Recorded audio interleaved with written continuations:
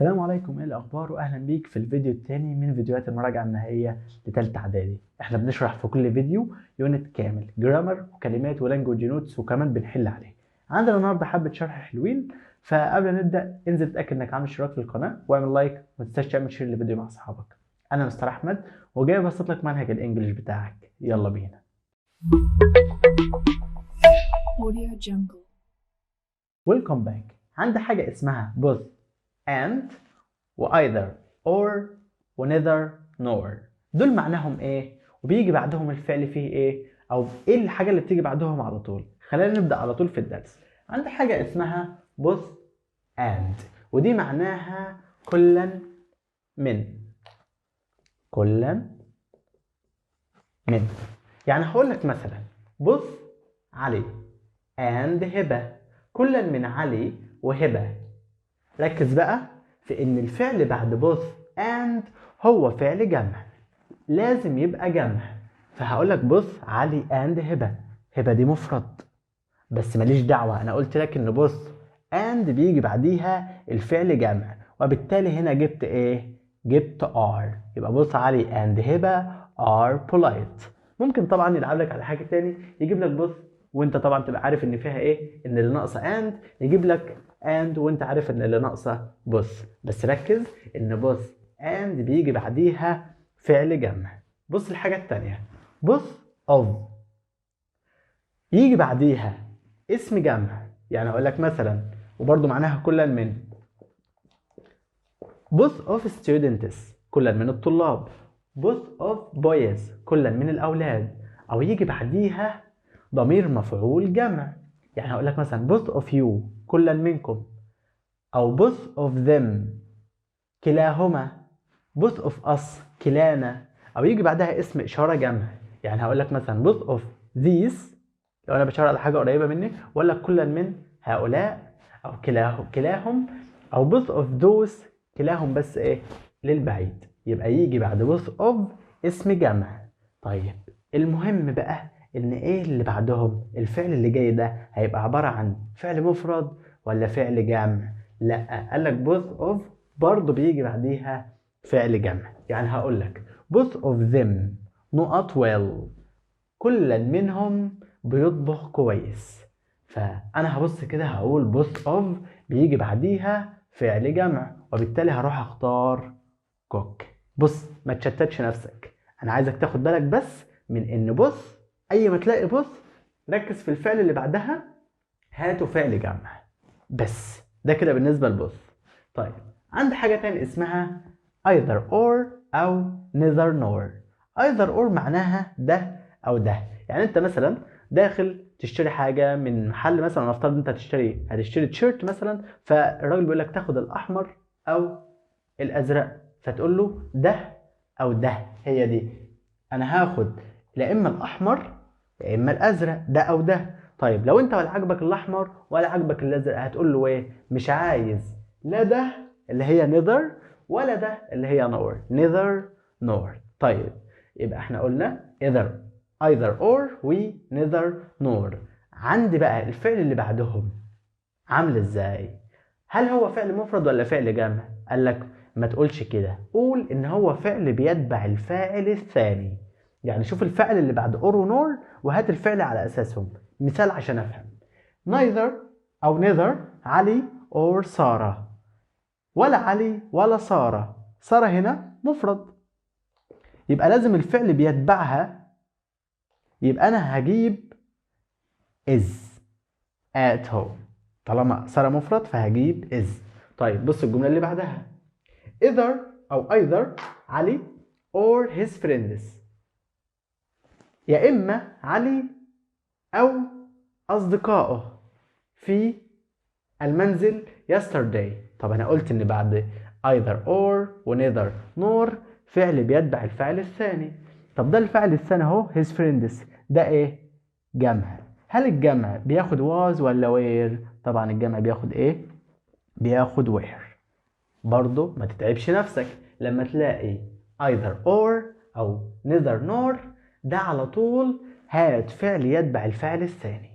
يبقى احنا كده خدنا ان both دايما الفعل اللي بعدها جمع. ركز في الفعل لان الحاجات دي سهله. يعني لو جاب لك مثلا either فانت عارف ان هو محتاج or. لو جاب لك neither يبقى انت عارف ان هو محتاج nor. لو جاب لك both انت عارف ان هو محتاج and. بس انا بكلمك بقى في الحاجه اللي بتيجي في الامتحان. هو بيلعب على الفعل. قلنا both كلها both و both of كده كده بيجي بعدهم فعل جمع. يبقى both فعل جمع. عندك either or و neither nor فعل يتبع الفعل الثاني. طيب اخيرا لو دخلنا على either و neither of نعمل فيها ايه؟ يعني لو لقيت either of او neither of او حاجة اسمها none of ولا واحد او ولا اي حاجة منهم يجي بعديهم اسم جمع. زي ما قلت لك ايه دي الحاجات الجمع اللي ممكن تيجي بعديهم؟ اللي هي اسم جمع students boys الحاجات دي، او you و them و us او these و those الاسم الجمع. طيب ايه بقى اللي بعدهم؟ ركز بقى في دي جدا ان لازم الفعل اللي بعد either of و neither of و none of لازم يبقى فعل مفرد. لازم يبقى فعل ايه؟ مفرد. مثال neither of لقيت of اهي neither of students ولا واحد من الطلبة. شوف الفعل اللي جاي بعدهم studies فعل فيه ايه؟ اس. معناه ان هو فعل ايه؟ مفرد. مع ان students دي جمع بس انا ليا دعوه بالفعل. فعل ايه؟ مفرد. لان انا قلت لك الثلاثه دول بيجي بعديهم فعل مفرد. studies hard يعني ولا واحد من الطلبه بيذاكر باجتهاد. كل خلاصه الموضوع كله لما تلاقي بص هات فعل جمع. لما تلاقي either or او neither nor هات فعل يتبع الفعل الثاني. لو لقيت بقى دخلت على كل ده off يعني either off او neither off او none off يجي بعديهم فعل مفرد. ده كده كان اول جزء من الدرس. هسيب لك البورد وبعدين هنرجع نكمل مع الحاجات الباقيه.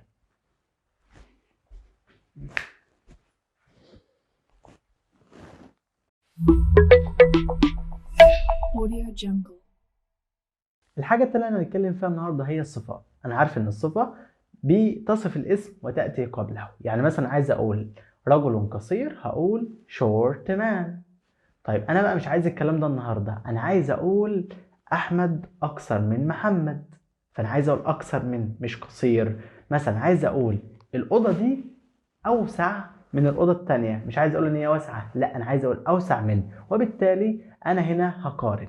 طيب انا كده هتكلم عن مقارنه الصفات. هبص كده هنقول المقارنه.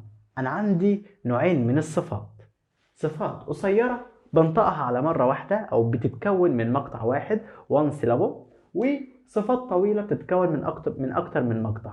الصفات القصيرة زي إيه؟ قلنا بتتكون من مقطع واحد زي مثلا tall, short, long, large, close. كل ده بيتكون من مقطع واحد.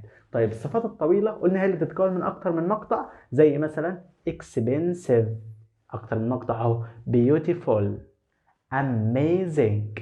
كل ده صفات طويلة. تعال نمسك كده احنا نتكلم عن مقارنة الصفات القصيرة. قالك علشان تقول احمد اطول من محمد او الاوضة دي اوسع من الاوضة دي والصفة اللي عندك دي صفة قصيرة حط للصفة er وحط بعدها than. يعني مثلا عايز اقول عندي صفة زي short. short يعني قصير. عايز اخليها اقصر من هقول shorter حطيت لها er وبعدها than. طيب مثلا عايز اقول اطول من. عند الصفة طويل يعني tall. اطول من يعني taller than.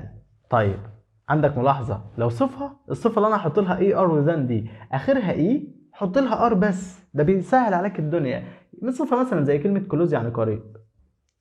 close يعني قريب اخرها فانا لما اجي اضيف هضيف ار بس. هقول close اهي هحط لها ار بس وبعدها than. large يعني واسع اخرها وبالتالي هحط لها ار بس وبعدها than. طيب لو صفة اخرها ساكن وقبله حرف متحرك ضعف الساكن وبعد كده ضيف الاي ار. عندك مثلا صفة زي hot اخرها تي وقبله او ساكن. اخرها تي ساكن وقبله او متحرك. فهعمل ايه؟ هزود تي تاني وبعدين ER و than. big آخرها ساكن وقبل متحرك، فهضاعف الجي واحط لها ER وبعدها than. آخر ملاحظة في الصفات القصيرة إن لو صفة آخرها واي وقبله ساكن احذف الواي وضيف IER. happy يعني سعيد، دي صفة قصيرة. عايز أقول أسعد من، هقول ها بي، أحوش الواي وأحط IER طبعا وبعدها إيه than. happier than. easy نفس الكلام، هحوش الواي وأحط مكانها IER than زي الفل. يبقى أنا كده عندي 4 ملاحظات في الصفات القصيرة، وخد بالك منهم كويس علشان هم ال4 ملاحظات دول اللي أنا هتعامل معاهم مع الصفات القصيرة في التفضيل. بص كده، قلنا أنا عندي المانشيت الكبير أو الحاجة الكبيرة اللي أنا هبص عليها إن أنا بحط للصفة ER وبعدها than. بس وأنت بتحط الER والthan دي ركز في الصفة كده، لو لقيت آخرها E حط لها R بس وبعدها than. لو لقيت آخرها حرف ساكن وقبل متحرك ضعف الحرف الساكن وضيف ER وبعدها than. ولو لقيت الصفة دي آخرها واي وقبله ساكن احذف الواي خالص وحط مكانه IER وبعدها than. طيب الصفة الطويلة قلنا هي اللي تتكون من أكتر من مقطع، زي مثلا expensive مثلا amazing. عايز أقول أغلى من، هقولها ازاي؟ هل هزود لها ER وذان؟ طبعا لا، هي صفة طويلة اصلا انا بنطقها بالعافية. طيب قال لك حط قبلها more يعني اكثر ولس يعني اقل وحط بعدهم ذان بس يا سيدي. يعني انا مثلا عايز اقول ان هقول لك الايفون اغلى من النوكيا، هقول ايفون is more expensive than نوكيا. زي الفل. يبقى انا كده الصفات الطويله بجيب قبلها مور او لس وبعدها ذان. ده كل ما يتعلق بالمقارنه. طيب نروح بقى للتفضيل. انا عايز اقول ان احمد ده اقصر واحد في المجموعه، او ان مثلا الطالب ده هو اكتر طالب متفوق في المجموعه او في الجروب. الفصل ده اوسع فصل في المدرسه. انا بفضل واحد على مجموعه. نفس الكلام، انا عندي صفات قصيره وصفات طويله. الصفة القصيرة نفس الملاحظات، خد المانشيت الكبير بتاعها حط قبل الصفة علشان أقول أفضل واحد على مجموعة أو أفضل حاجة على مجموعة، هحط قبلها قبل الصفة ذا وبعد الصفة EST. يعني مثلا طول، عايز أقول الأطول أحط قبلها ذا وأحط طول أهي وأحط لها EST. short يعني قصير، عايز أقول الأقصر the shortest. خد بالك بقى الملاحظة التانية اهي، لو صفة اخرها اي، هي اخرها اي احط لها ايه اس تي بس. عندك close قريب، عايز اقول الاقرب يبقى the closest، هي اخرها اي احط لها اس تي بس. طيب عندك كمان large اخرها ايه اي، حط قبلها the large، هي اخرها اي حط لها اس تي بس يبقى the largest. طيب هي الملاحظات بتاعه المقارنه. بص كده، لو صفه منتهيه بساكن وقبل متحرك، يا مستر انا خلاص حفظت هضعف الساكن على طول. big هتبقى the biggest، هتزود حرف الجي تاني اهو the biggest. عندك hot هتبقى ايه the hottest، اضعف حرف التي واحط ايه اس تي the hottest. عندك اخيرا ان لو صفه اخرها واي وقبله ساكن احذف الواي وضيف الاي اي اس تي. يعني هابي، عايز اقول الاسعد هقول ايه the happiest. easy يعني سهل، حش الواي اهو وحطيت اي اس تي. ايزي يعني سهل، اخرها واي وقبله ساكن.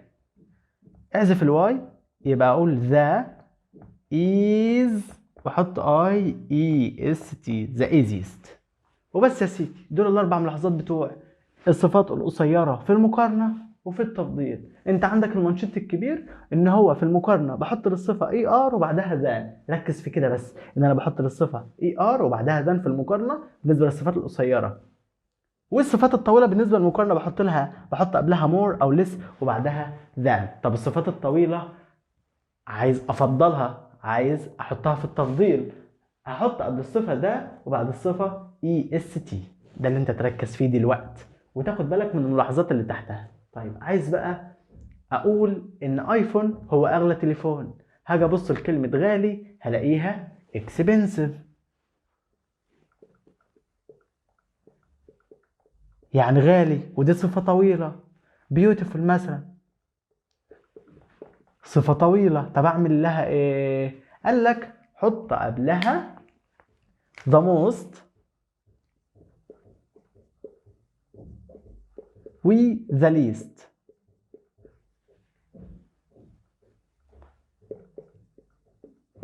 وذا موست معناها الأكثر وذا ليست معناها الأقل. مثال، هقول لك إن الآيفون ده هو أغلى تليفون على الإطلاق. مثلا هقول لك آيفون is the most expensive موبايل. هو أغلى إيه؟ أغلى تليفون. وأخيرا زي ما احنا عارفين إن كل حاجة ليها شواذ، برضو الصفات ليها شواذ. ده الجدول بتاع الصفات الشاذة. هنكتب هنا كده الصفة، وهنا كده المقارنة بتاعتها احطها في المقارنة، وهنا كده التفضيل. اول حاجة عندي هي الصفة bad يعني سيء. المقارنة بتاعتها هتبقى worse than والتفضيل the worst. far يعني بعيد، المقارنة هتبقى farther than او further than، والتفضيل هيبقى the farthest او the furthest. good يعني جيد هتبقى better than او، والتفضيل بتاعها هيبقى the best. عندي little يعني قليل هتبقى المقارنة بتاعتها less than، والتفضيل the least. وميني وماتش دي كاتب العدد دي كاتب الكمية، المقارنة هتبقى more than، والتفضيل هيبقى the most. الجدول ده لازم تحفظه، لازم يتحفظ زي ما هو كده. كده يبقى احنا خلصنا درس الصفات بالنسبة للمقارنة وبالنسبة للتفضيل. هسيب لك البورد ونرجع نكمل مع الماضي البسيط والماضي المستمر.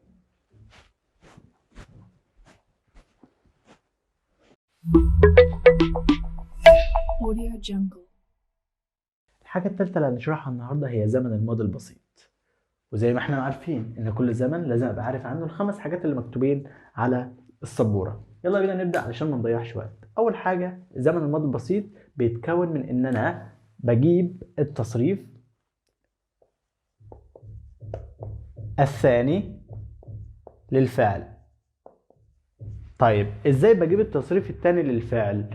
عندنا نوعين من الافعال، افعال منتظمة وافعال غير منتظمة. الافعال المنتظمة هي اللي انا بحط لها دي او اي دي او اي اي دي على حسب النهاية بتاعتها.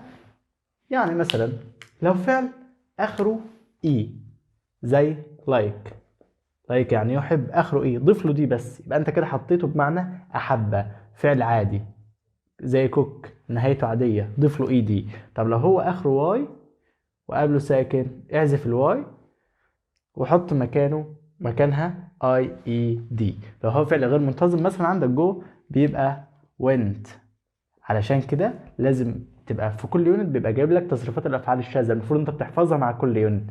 جو بتبقى went مثلا، take بتبقى took، وهكذا. اديني مثال I،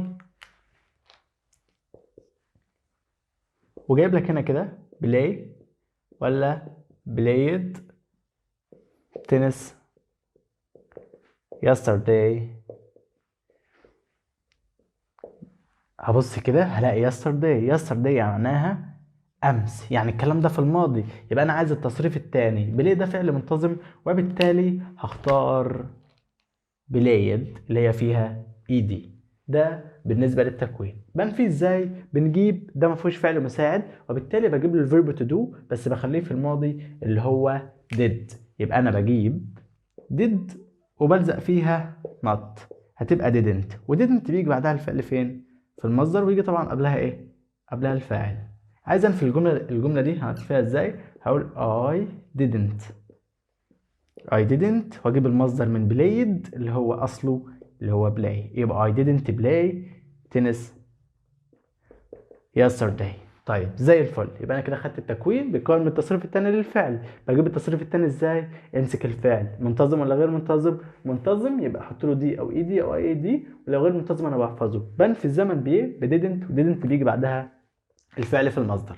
عايز اسال سؤال، مديني 3 امثله بيقول yes he played tennis، ومديني yes they went out، ومديني بيقول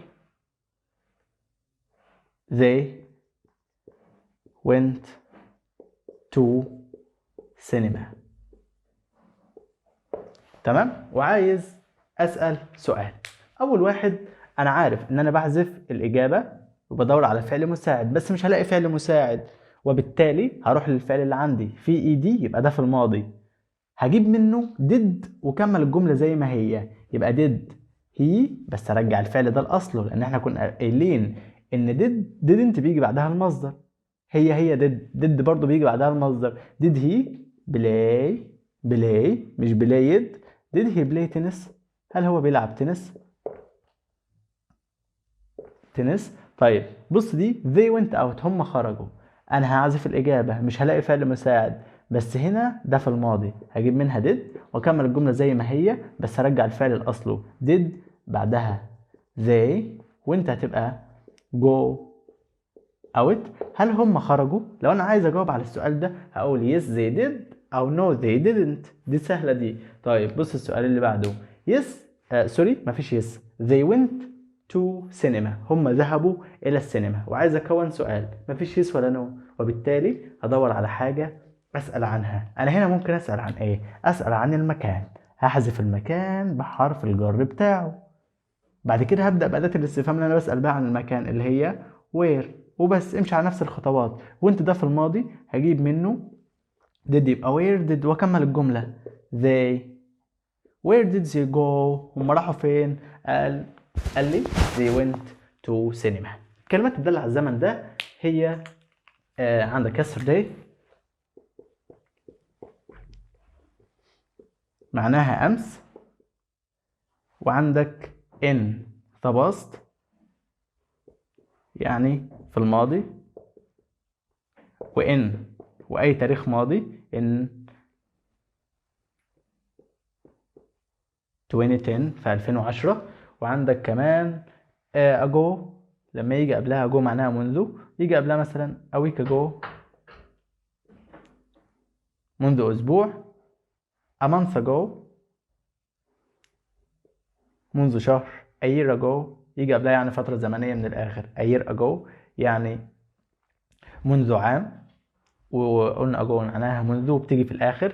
وعندي كمان لما يجيب لك حاجة بتدل على الماضي، يعني مثلا when I was، لما يقول لك مثلا ايه when I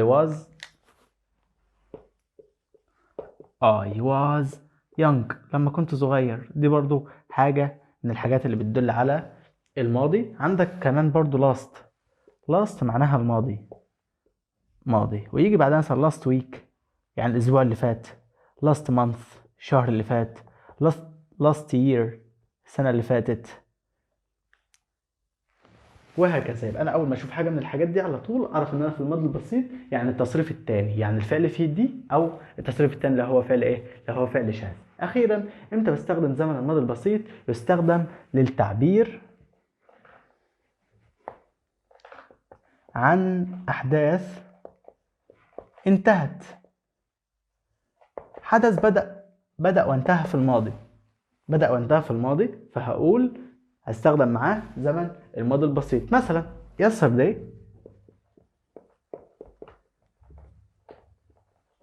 وجايب لي كده I not out، وجايب لي كده go ولا went ولا gone. هقول yesterday يعني امس، يبقى ده ماضي بسيط، يبقى اختار التصريف الثاني اللي هو ايه؟ went. بس كده. يبقى زمن الماضي البسيط بيكون التصريف الثاني للفعل، النفي بتاعه didn't، والسؤال بجيب did في الاول وبكمل الجمله زي ما هي، بس برجع الفعل لاصله. وكلمات الداله قلنا yesterday و in the past و in وتاريخ في الماضي و a week ago a month ago a year ago. ممكن برضه اجيب ارقام قدام الحاجات دي، وكلمه داله على الماضي زي when I was young و last week last month last year. وقلنا بيستخدم للتعبير عن احداث بدات وانتهت في الماضي. هسيب لك البورد دلوقتي ونرجع نكمل مع الماضي المستمر.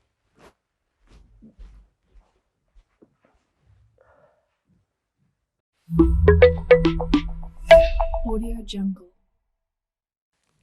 اخر جزء معانا النهارده هو زمن الماضي المستمر. قلت لك قبل كده اول ما اشوف مستمر اعرف ان في حاجتين: في استمرار في الحدث و ing في الفعل. يلا بينا نبدأ على طول. زمن الماضي المستمر ده بيتكون من ان انا بجيب الفاعل وبعده was او were وبعده الفعل فيه ing. كده حطيت ing اهو، يبقى اول شرط اتحقق ing. طب was مع ايه؟ were مع ايه؟ was مع المفرد اللي هو I وهي وشي وات واي اسم مفرد، ده معاه بناخد معاه was. were مع we ويو وذي واي اسم ايه؟ جمع. يعني was مع المفرد وwere مع الجمع، ونجيب بعدهم الفعل فيه ing. هديك مثال: I was playing tennis yesterday evening. هتقول لي يا مستر ده في كلمة دالة من الكلمات بتاعت الماضي البسيط اللي هي yesterday. هقول لك بس جنبها وقت محدد yesterday evening، معناها ان الحدث ده كان مستمر في الوقت ده امبارح، وبالتالي هختار was او were والاي ان جي اللي هو الماضي المستمر. طيب النفي عايز انفيه، مش انا عندي was were دول افعال مساعده اصلا، فهحط لهم not، يبقى was not او wasn't were not او weren't، ويجي بعدهم طبعا الفعل فيه ing، ويجي قبلهم الفاعل، دي مع المفرد ودي مع الجمع. عايز انفي الجمله اللي قدامي I was playing، هقول كده I wasn't playing، وكمل الجمله زي ما هي. طيب لو عايز اسال سؤال، مش انا عندي افعال مساعده، يبقى كل حاجه سهله. بيقول yes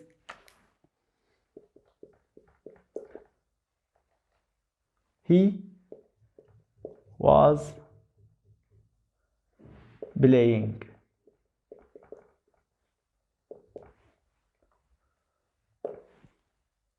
Yes they were studying. They was playing tennis. وعايز اكون سؤال على كل واحده. سوري. اول واحده yes he was playing، هعزف yes، طالما عندي فعل مساعد بعمل مقص وخلصت، يبقى was he playing. اللي بعدها بعزف yes وعندي فعل مساعد بعمل مقص، يبقى were they studying. طبعا لو عايز اجاوب على السؤال ده هقول يا اما yes يا اما no، يا اما yes واعمل مقص تاني yes they were، او no they weren't. بص الجملة اللي جاية they were playing tennis. هم كانوا بيلعبوا تنس. وعايز أكون سؤال. مفيش يس ولا نو، وبالتالي مش هعمل مقص على طول. هدور على حاجة أسأل عنها. هسأل هنا عن التنس. هقول هم كانوا بيلعبوا إيه؟ فهعزف التنس. أبدأ بأداة استفهام مناسبة اللي هي what. ماذا كانوا يلعبون؟ what. بعد كده في فعل مساعد اعمل مقص. يبقى what were they playing. وكمل الجملة زي ما هي. what were they playing. ماذا كانوا يلعبون. أخيرا الاستخدام بيستخدم زمن الماضي المستمر للتعبير عن أحداث كانت مستمرة في وقت معين في الماضي. ازاي؟ هقول لك مثلا yesterday evening مثلا، او هقول لك I was studying English yesterday at 7 p.m. يعني أنا كنت بذاكر إنجليزي امبارح الساعة 7. أنا هنا الحدث كان مستمر في من الساعة 7. طيب رقم 2 لما يكون في حدث مستمر يبقى 2 حدث مستمر قطعه، أو حدث كان مستمر قطعه حدث آخر، وبالتالي اللي كان مستمر ده هيبقى ماضي مستمر. طب اللي قطعه ده هيبقى ماضي بسيط. هيبقى ماضي ايه؟ بسيط. هقول لك مثلا وانا بذاكر النور قطع. ايه الحدث اللي كان مستمر؟ ان انا كنت بذاكر. هقول لك while I was studying. النور قطع بقى the light ده لازم يبقى ماضي بسيط went out.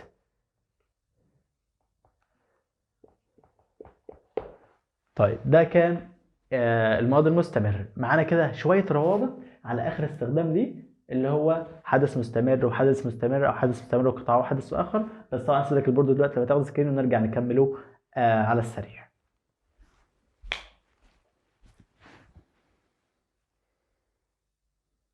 هنبص مع بعض دلوقتي بقى على شوية الروابط دول على السريع كده. هم ما فيهمش أي حاجة. قال لك في حاجة اسمها while وas وجاست as يجي بعديهم ماضي مستمر والجنب التاني برضو ماضي مستمر. امتى الكلام ده؟ لو الحدثين ما قطعوش بعض. يعني اقول لك مثلا while او مثال اهو while I was playing. لما انا كنت بلعب my mom امي was cooking. امي كانت بتطبخ. شايف هنا جبت was والاي ان جي وهنا was والاي ان جي. ماضي مستمر ماضي مستمر ده في حاله ان الحدثين ماشيين مع بعض. طب الحدثين قطعوا بعض، يعني حدث اهو كان مستمر وحدث تاني راح قطعه كده، يبقى نجيب بعد while ماضي مستمر والجنب التاني ماضي بسيط. يعني هقول لك مثلا while I was studying. لما كنت بذاكر the light اجيب بقى ماضي بسيط went out. قال لك كمان ان while ممكن يجي بعدها الاي ان جي في حاله عدم وجود فاعل. يعني انا ما لقيتش فاعل اجيب was were والاي ان جي؟ لا طبعا هات الاي ان جي على طول. هقول لك مثلا while playing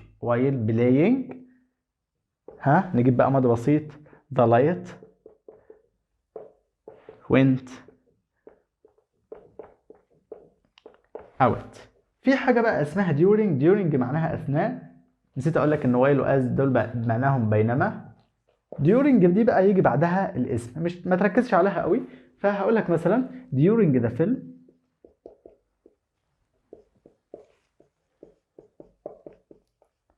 the light went out. طيب عندي بقى حاجة تاني خالص اسمها when بيجي بعدها هي عكس while. يعني while بيجي بعدها ماضي مستمر ماضي مستمر ماضي بسيط، دي بقى يجي بعدها ماضي بسيط والجنب التاني ماضي مستمر، يبقى هي عكس وايل. وايل ماضي مستمر ماضي بسيط، وين ماضي بسيط ماضي مستمر. هقول لك مثلا وين، لو انا مثلا عايز اشتغل على الجمله دي اهي، هقول when the light went out.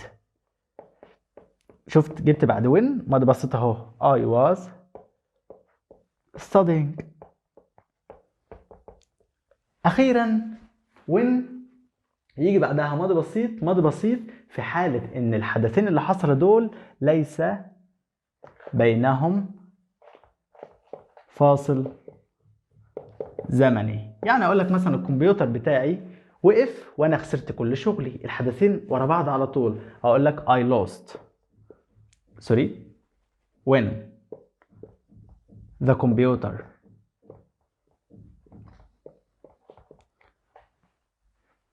broke down.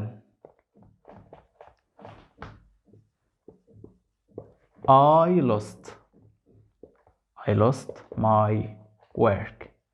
الشغل اللي انا كنت بعمله. شايف هنا ماضي بسيط اهو، وهنا برضو broke دي ماضي بسيط. عايز اقول لك حاجه صغننه خالص، شايف وايل جاي بعدها ماضي ايه مستمر، وكمان جاي بعد وايل الثانيه برضو ماضي مستمر والجنب الثاني ماضي بسيط. لو عايز اجيب وايل في النص اللي لازق فيها ده ما بيسيبهاش، ايه اللي انا بشتغل عليه؟ بجيب الجنب الثاني ده في الاول.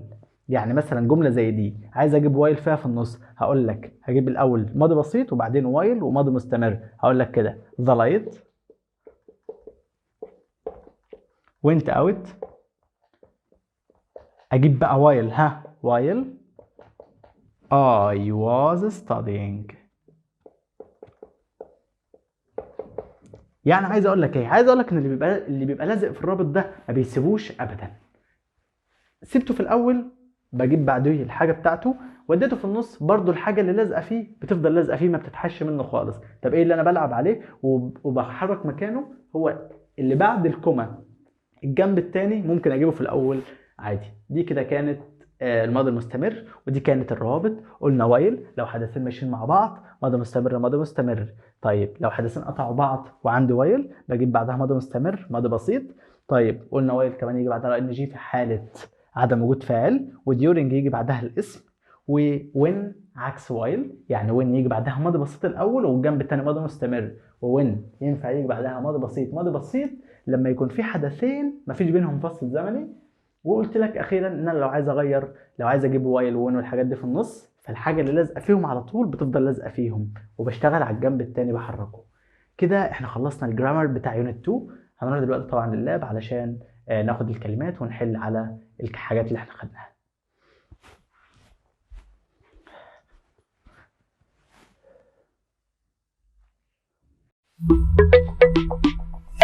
Audio Jungle. هنحل مع بعض دلوقتي على الحاجات اللي احنا شرحناها. اول سؤال بيقول yellow is most popular color for our kettles this year. هو عايز يقول ان الاصفر هو اشهر لون للغلايات بتاعتنا السنه دي. popular هنا صفه طويله وبالتالي لازم يبقى قبلها يا اما the most يا اما the least. بما انه جايب لي most فهحط قبلها the وهتبقى the most popular. رقم 2 the supermarket is the busy shop in my town. طبعا عايز يقول ان السوبر ماركت هو اشهر محل في المدينه بتاعتي. جايب لي ده، فبيزي هنا ما تنفعش، احوش الواي دي واحط مكانها اي اي اس تي يبقى the busiest. رقم 3 smartphones are much easy to use than the old ones. بص ما تفكرش في حاجه، طالما لقيت than يبقى مقارنه، وبالتالي قبلها يا اما AR يا اما more يا less. فهنا دي صفه قصيره فهحوش الواي دي واحط مكانها IER هتبقى are much easier. bicycles are expensive than cars. برضو نفس الكلام، في than يبقى مقارنة، فهقول الموتوسيكلات أغلى، الموتوسيكلات مش أغلى من العربيات أو أرخص من، فأحط هنا كده less expensive لأن expensive هنا صفة طويلة فأحط قبلها less يبقى less expensive. رقم 7 أحمد is more good than علي. احنا واخدين إن good صفة شاذة فدي كانت لازم تتحفظ، فقلت هنقول أحمد is better than علي. طيب الأخيرة this is the bad film I have ever seen، ده أسوأ فيلم أنا شفته، ده تفضيل والصفة bad، فهحوش bad وأحط مكانها worst، ودي برضو إيه صفة شاذة. نحل بقى على either or و neither nor. أول سؤال بيقول neither علي nor I، احنا كنا واخدين إن الفعل بيتبع الفاعل التاني طالما في or أو nor بيتبع الفعل التاني، فهنا I وجايب لك عايز تصريف الفيرب to be مع I في last night دي الليلة اللي فاتت في الماضي، فهتبقى was تابعة للضمير I. رقم 2 neither علي nor his friends، قلنا بيتبع الفعل التاني خلاص. be at school now ده بيتكلم على مضارع يبقى am is are، friends هنا جمع فهتاخد are. طيب نقط neither my sisters and I like playing tennis، في and يبقى both على طول both of the children، احنا قلنا ان both دايما الفعل اللي بعدها جمع، فهناخد ما هنحوش لايكس دي ونحط مكانها لايك. رقم 5 either هبة nor مش either ده neither. رقم 6 neither أمنية نورة ever، احنا قلنا دي بيتبع الفعل التاني فهتبقى شوب دي غلط هتبقى shops. neither the laptop nor the microwave are، طبعا هنحوش are وهنحط مكانها is لأنه بيتبع الفاعل التاني ومايكرويف ده مفرد.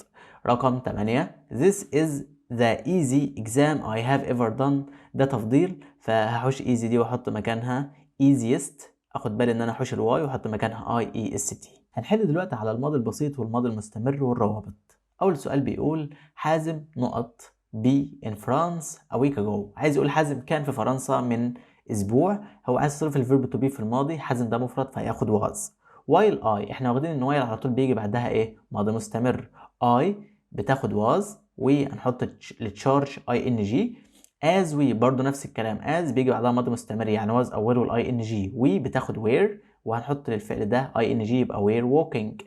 they نقط visit us at home last week يعني الاسبوع اللي فات وده ماضي يبقى they visited احط لها ed. رقم 6 we finish our science project last week، برضو ماضي finish لا طبعا ده finish ده فعل منتظم هحط له برضو ed يبقى we finished. رقم 7 as I قلنا بعدها لازم ماضي مستمر يبقى as I was watching. طيب 8 we moved to the city 3 years ago، ده برضو ماضي فأحوش move دي وأحط مكانها moved، هزود لها دي بس عشان هي آخرها إيه. رقم 9 my father wanted to be a champion when he was young، ده برضو تعبير بيدل على الماضي when he was young لما كان صغير، فبالتالي هحوش wanted دي وأحط مكانها wanted هزود لها إيه دي. while أحمد يبقى لازم بعدها ماضي مستمر، while أحمد do يبقى was doing. آخر سؤال our football team win the last match ده ماضي وبالتالي هحوش win دي واحط مكانها won WON. كده احنا خلصنا حل على الجرامر. هنبص بقى دلوقتي مع بعض على اهم المفردات اللي المفروض اركز عليها. اول حاجه ملصق يعني بوستر، هنغير اللون بس بسرعه كده خلينا مثلا اخضر زي الفل ماشي. موقع الكتروني ويب سايت. لابتوب يعني لابتوب، مجله مجازين، شكوى complaint، مصنوعات او حرف يدويه handcrafts، تلفزيون، مجوهرات جولري، آلة او ماكينه ماشين، سماعات الرأس headphones، صفقه شراء بسعر منخفض جدا deal، عرض خاص special offer، تخفيض للاسعار او اوكازيون sale، خصم discount، مكبر الصوت speaker، كلمة السر password، صدفة shell، يزين decorate، يشحن بالكهرباء charge، يطلب أو طلب order، يتصل call، رسالة بريد إلكتروني email، خدمة توصيل delivery، وخشبي يعني wooden. السلع اللي في المطبخ بيقولك إن هي ماكينة صنع القهوة يعني coffee machine، وتلاجة يعني fridge، وغلاية كهربية كيتل، وجهاز الميكروويف اسمه مايكروويف، وفرن اوفن، ومحمص خبز اسمه توستر. المترادفات والمتضادات عندك شائع او مشهور popular بتساوي كلمة well known وعكسها كلمة unknown أو unpopular يعني غير معروف. عندك خاص أو مميز معناها special بتساوي كلمة particular وعكسها كلمة common. عندك ذكي يعني smart بتساوي كلمة intelligent أو clever وعكسها stupid يعني غبي. يبدأ يعني start بتساوي begin وعكسها finish. يشغل جهاز يعني turn on بتساوي كلمة switch on وعكسها turn off أو switch off. يسجل دخول يعني log in بتساوي sign in وعكسها log out أو sign out. تقليدي يعني traditional بتساوي classical وعكسها modern. قديم يعني old بتساوي كلمة ancient وعكسها new. يقوم بتوصيل الجهاز بالكهرباء يعني plug in بتساوي connect وعكسها plug out أو unplug.